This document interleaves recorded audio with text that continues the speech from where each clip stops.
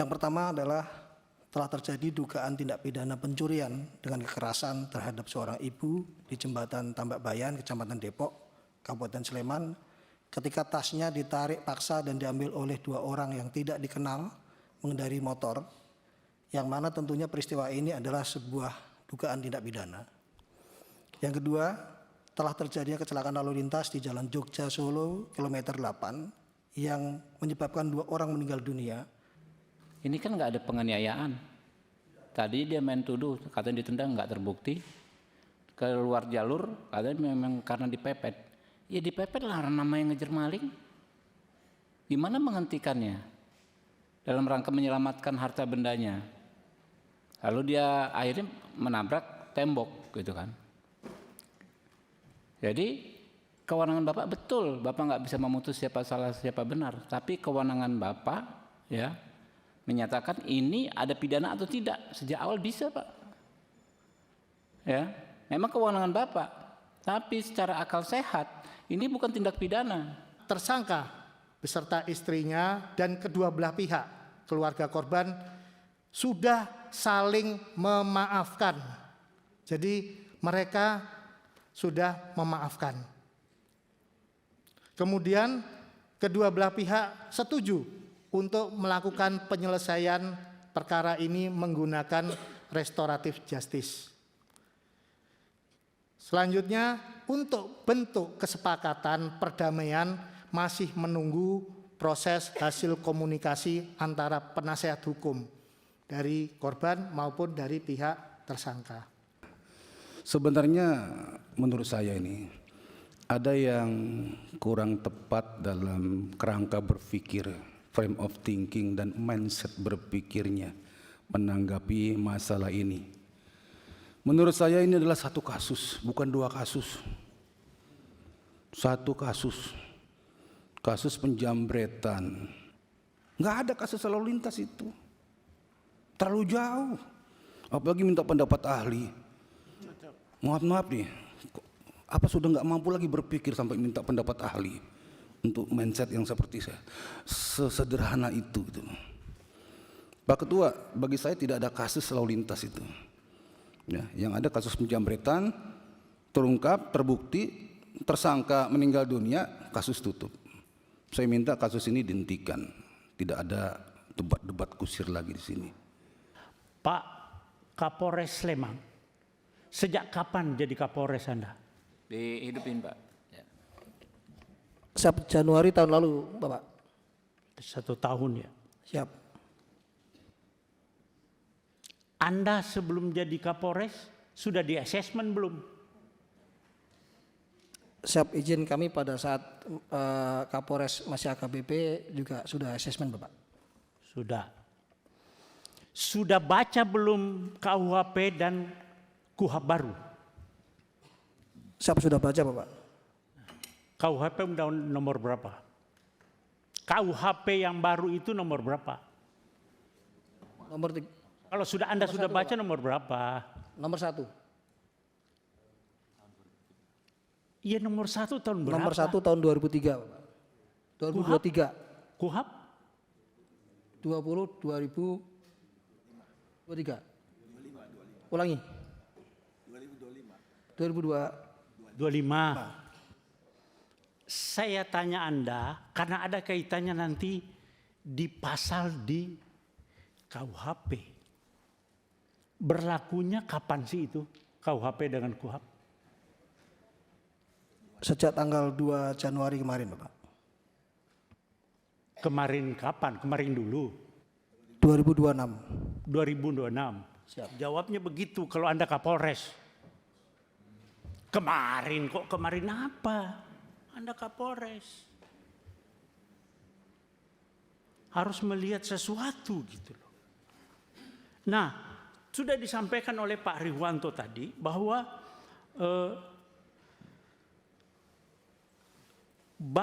Pak Kapolri sudah baca pasal 34 KUHP. Sudah baca?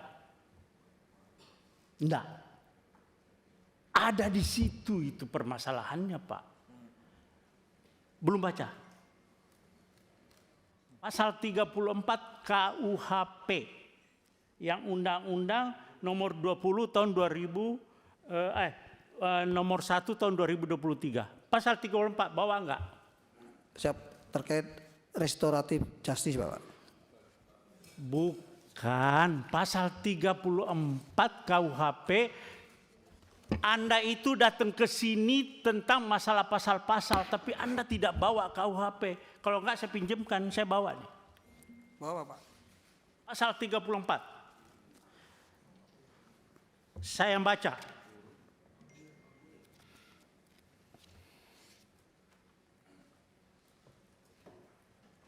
Kalau ya saya Kapolda kamu, masih Kapolda, Anda tidak bakalan sampai ke Komisi 3 dan saya sudah berhentikan Anda. Anda kok Kapolres sudah kombes seperti itu. Dan itu curas, Pak, bukan pencurian biasa. Pencurian dengan kekerasan yang resikonya tinggi sekali. Masih lumayan Bapak suaminya mau mengejar dengan punya keberanian yang cukup, Pak. Tidak semua orang mau mengejar. Nah, di dalam terjadinya pengejaran itu terjadi suatu kecelakaan begitu. Ya sudah selesai, tersangkanya meninggal dunia. Tidak ada lagi RJ. Nah kalau Bapak RJ, tuntutannya itu nanti karena dia merasa pede. Persyaratan RJ, Pak, harus ada kesepakatan kedua belah pihak. Ini persis sama dengan yang di Jambi, Muaro Jambi. Jadi pede itu yang pelapor itu, jadi merasa percaya diri, jadi bisa membuat angka yang cukup tinggi nanti, Pak.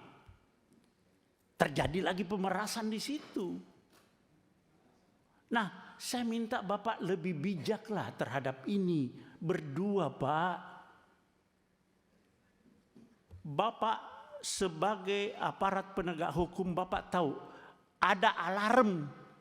Bapak bukan dengan gagah berani menyampaikan unsur-unsur pidana ini. Tidak.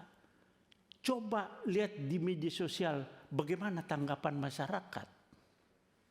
Itu sinyal bahwa Bapak salah di dalam menerapkan pasal di situ. Iya Pak ya, Pak Kapolres. Coba lebih bijak. Ya. Kita lagi sekarang polisi dengan jaksa dengan hakim, reformasi Polri, tapi tetap bergulir. Anda tidak mengerti, Pak Kapolri, bagaimana sih Polri kita ini jaga supaya marwah Polri ini lebih dipercaya kepada masyarakat. Tapi Bapak ada kegiatan potongan-potongan kelakuan Polri yang membuat citra Polri semakin buruk. Kita berusaha, Pak. Kita di sini semua sepakat Polri itu di bawah presiden. Ini semua perdebatan, tapi Bapak jangan mencederai ini. Ya saya kira itu Bapak coba kalau saran saya ini SP3, Pak. Jenderal-jenderal dan senior-senior yang ngomong nih. Kita bukan siapa-siapa, Pak. Kita Tengjen, tetangga jenderal. Di logika saya, Pak, kenapa saya bilang Tengjen tetangga jenderal?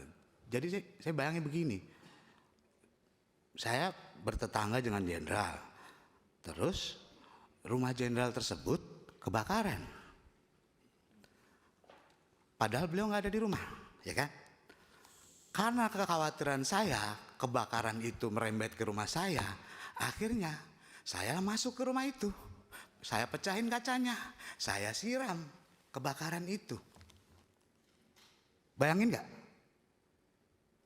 Terus karena beliau nggak ada di rumah, karena ada konflik lah, istilahnya ya ada konflik lah, misalkan saya dengan jenderal tersebut. Apalagi kalau begitu, Pak, akhirnya saya dipidana memasuki rumah tanpa izin dan melakukan perusakan. Bayangin, Pak, semuanya bisa dimainin, Pak, semuanya bisa dijadikan alasan. Kenapa saya bilang saya ini tetangga jenderal? Ya semuanya ketika punya kekuasaan bisa. Semuanya bisa. Apalagi ada kepentingan. Apalagi ada gesekan. Apalagi, aduh ini Pak, udah viral kok masih bertahan terus Pak. Saya nggak nyangka Pak. Padahal di Undang-Undang 1945 jelas Pak, negara wajib hadir melindungi warganya. Izin kami pada kesempatan ini mohon maaf apabila dalam penanganan kami ada yang salah. Karena kami tadi pada saat paparan kami sampaikan bahwa apa yang dirasakan saudara Hoki itu sama sebenarnya yang kami rasakan, hanya kami pada saat itu hanya mau melihat kepastian hukum, ya. Namun rupanya penerapan pasalnya kami mungkin kurang tepat. Pada kesempatan ini kami mohon maaf kepada seluruh masyarakat Indonesia dan utamanya kepada Pak Yogi dan Ibu Arsita. Terima kasih, kami akhiri. Wassalamualaikum warahmatullahi wabarakatuh. Ya, Pak Kajari, silakan Pak. Terima kasih pimpinan.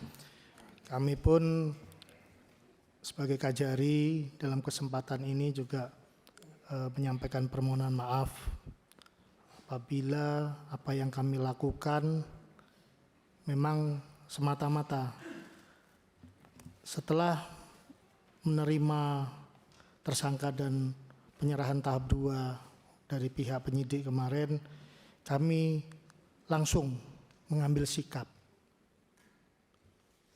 untuk mencari solusi dan membuat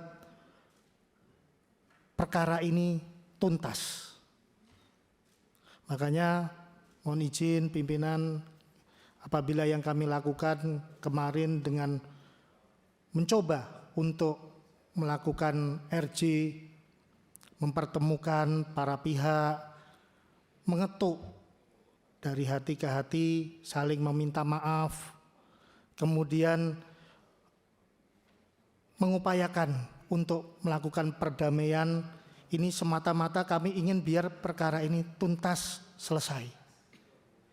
Akan tetapi kami tetap nantinya akan minta petunjuk pimpinan dalam hal ini untuk menyelesaikan lebih lanjut terhadap perkara yang saat ini sedang kita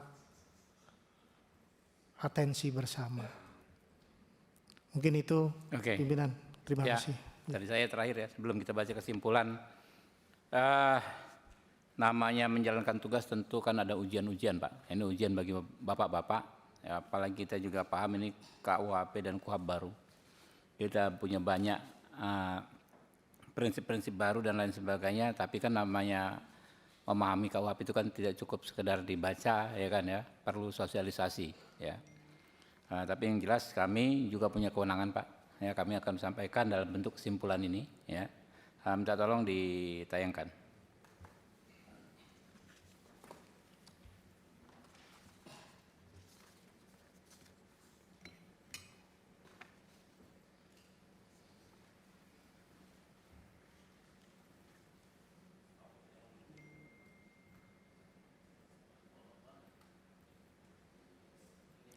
Ya, kesimpulan, rapat dengar pendapat dan rapat dengar pendapat umum Komisi 3 DPR RI dengan Kapolresta Sleman, Kepala Kejaksaan Negeri Sleman dan kuasa hukum dari Saudara Hogi Minaya, termasuk dengan Saudara Hogi Minaya, masa persidangan 3 tahun sidang 2025-2026, Rabu 28 Januari 2026.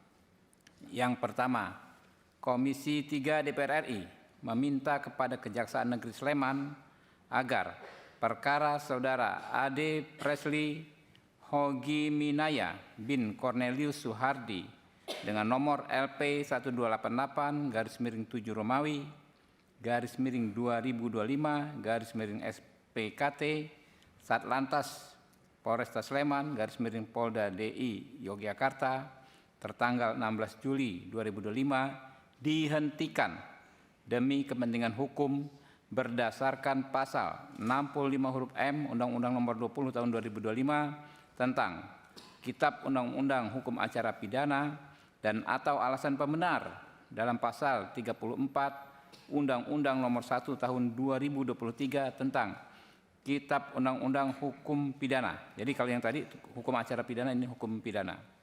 2. Komisi 3 DPR RI meminta kepada penegak hukum untuk mempedomani ketentuan pasal 53 ayat 2 Undang-Undang Nomor 1 Tahun 2023 tentang KUHP yang mengatur penegak hukum untuk mengedepankan keadilan daripada kepastian hukum. 3. Komisi 3 DPR RI meminta kepada Kapolresta Sleman dan jajarannya untuk berhati-hati dalam menyampaikan pernyataan di media. Teman-teman gimana? Ya, dengan selesainya pembacaan tadi, simpulan tadi selesai sudah. Nah, ini tanda tangan dulu Pak, kita Pak.